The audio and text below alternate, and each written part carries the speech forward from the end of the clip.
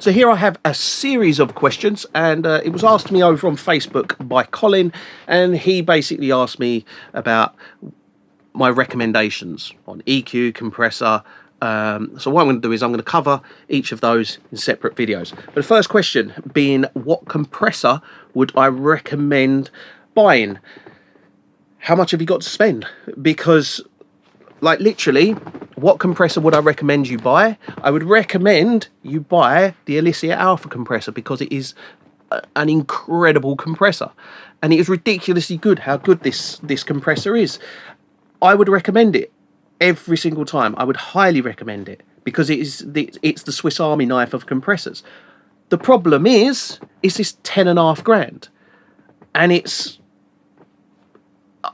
good and it's brilliant, and we've got one in our mastering studio, and we would never get rid of it. And it is, it goes into pretty much every single master, but it's 10.5 grand, and unless you are a high-end mastering studio, 10.5 grand is stupid to be spending on a compressor. You just wouldn't do it. If you're a producer or a hobbyist, don't even think about buying it.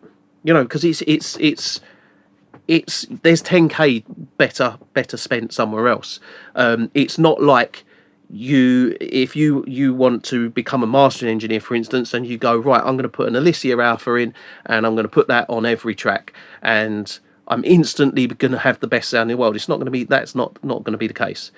You are if you use an Elysia Alpha, you're going to get an incredible sound of compression. You're going to get an incredible compression. It's smooth, it's beautiful, and you can do everything you will need to do on it. But like I say, it's 10.5k. So that is the compressor that I would recommend buying if money was no object. You could also argue I'd recommend also getting the Unfairchild. We have the Unfairchild in there as well, and the Elysia Alpha. And I mean, the Unfairchild's 14k if you get the expanded one, which I highly recommend you would get. If you've got an Unfairchild, get the expanded version, which is about, I think it's about £2,000 extra, and it gives you a lot more. But again, it's 14k, so you know, you do not want to hear me say I recommend buying the most expensive compressors in the world. Go out and buy them, because that's not the answer you wanted, and I know that. Now, the question being, what compressor would I recommend? Let's go price points. What compressor would I recommend buying for, let's say, £200? We'll go from £200 up to £6,000. Right, £200. What compressor would I recommend buying? None. For £200, if you buy a cheap compressor at £200, there's no point, unless you need it out the box for a certain purpose, like you're tracking and you want to run through a compressor. There's no point buying a £200 compressor. The compressors in the box are a lot better. A plug-in compressor that you can get $99 off Plug-in Alliance in a sale. A $99 plug-in is better than a £200 analog compressor that's cheap and cheerful. So don't even bother. £600 compressor. Let's go £600. Now, if you're looking at a £600 compressor, you know, assuming you've got a 500 series rack already, you can get a mono 500 series compressor, and any that you get for £600 gonna sound like a £600 compressor. It's going to most probably be mono, unless you look at the Elysia Expressor. Now that's a very, very good compressor for 500 series, but you've also got to factor in, you've got to have a 500 series rack as well. So, you know, even though the actual compressor is about £600 or something like that, around that mark, the 500 series rack is maybe £400, £500, £600 as well. So assuming you've got a 500 series rack, go with, like, the Expressor is a brilliant option. It's stereo as well. Then you've really got to go up into the next bracket, being like £1,000 to £2,000, And you know, in that sort of range, you know, you've got a bit more of an option. You're not quite into the top end yet, but you're in a kind of an area where it's a lot of money. It's still a lot of money. £1,000 to £2,000 is still a lot of money, but you haven't necessarily. There's not a great deal there that's going to be crazy good. I mean, it's still good. They're still good compressors, but if you was to compare to plugins, you got a little bit of an advantage using the hardware there. If I was to look at 1,000 to 2,000, I mean, it's not a category that I generally look at for compression. I usually go to the high end. Around that mark, I mean, I'd probably say, I don't even know if they are this price. I think they may be in a little bit more expensive, but I would say something like in that sort of range, the Better Maker compressor is a good option. I think you can get the Bus compressor. Do you know what? Actually, talking of Bus compressors, that's what compressor I would probably say get, and it's slightly over at 2,000. So if we just do the ex-VAT price, it's 1699. The SSL Bus Plus in that sort of range, that's a really good compressor. I did a review on that recently, and that was a really, really good compressor. In terms of just like a standard G-series bus comp style that had a little bit extra things to it, it's really good. And I really liked it. A few people knocked it and said that they weren't impressed with it. And I mean, I used it. I used it in conjunction with the SSL Fusion, and it was incredibly good. I thought it was brilliant, and that's maybe because of the way that I'm using it and the way that I'm approaching it, and they were more approaching it in from a mastering sense, whereas I was looking at it as more of a mixed glue, which is how you're supposed to be using it. It's how it's designed to be used. And I found it to be very, very good. I really, really, really liked it. If I was to look at, then let's jump now into the 2,000 to £4,000 range. Now, there's one really, really good candidate for that, and I really, really would recommend this one in this range. From £2,000 to £4,000, I would say go for the Dangerous music compressor. Reason I say that, I reviewed it a little while ago and I was so impressed with it. I kind of my thing with it was I got it in here to test whether it would go into our mastering chain if the Alpha was there. So the Alpha being the king of the compressors kind of thing.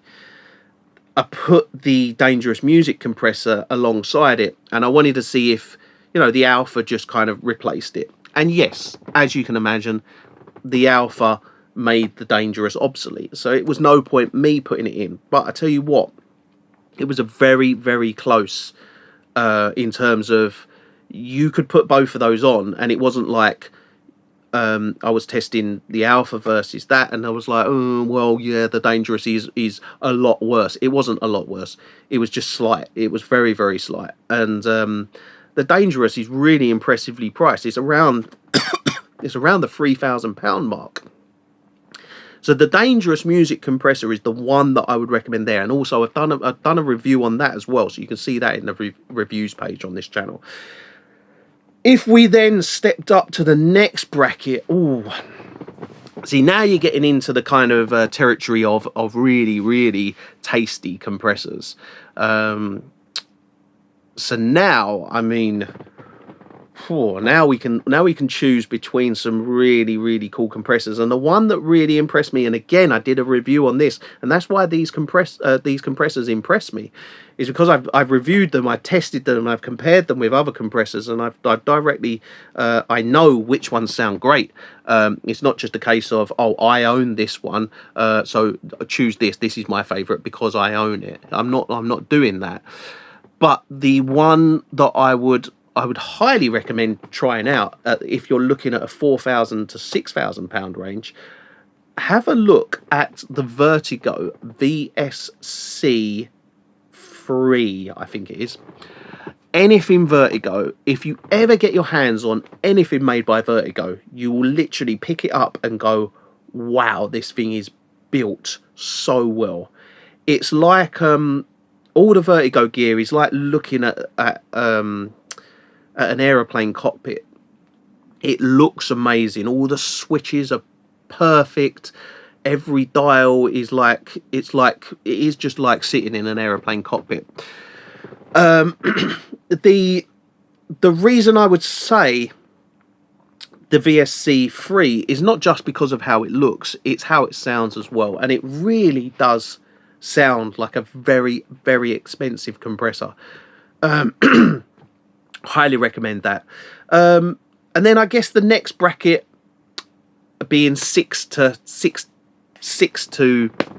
10,000 being get yourself an Alpha compressor if you're going up that price. Because if actually, Shadow Hills compressor is quite nice at that price.